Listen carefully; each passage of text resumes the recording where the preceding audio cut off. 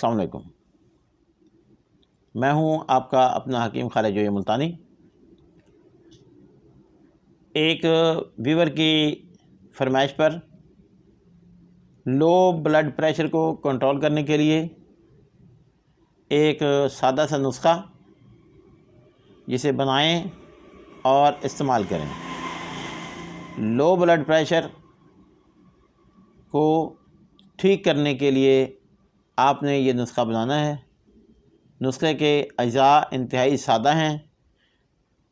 इन अज्जा की तरफ जाने से पहले मेरी आप व्यूअर्स से गुजारिश है कि आप मेरे चैनल को सब्सक्राइब करें, वीडियो को आखिर तक देखें, लाइक करें और इस वीडियो को शेयर करें ताकि आप इस वीडियो से ज़्यादा फ़ायदा उठा सकें।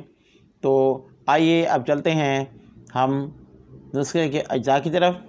सबसे पहले आपने 2 ग्राम दारचीनी लेनी है। दारचीनी 2 ग्राम लेनी है।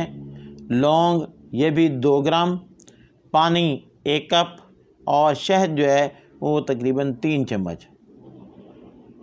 इसे आग पर रखें। आग पर रख कर इसमें दारचीनी और लौंग डालें। इसे बॉयल होने दें और उसके बाद इसे जब अच्छी तरह बॉयल हो जाए तो इसे आग से उतार लें और फिर ठंडा होने पर इसमें 2 चम्मच जो हैं वो शहद के मिक्स करें और पिएं।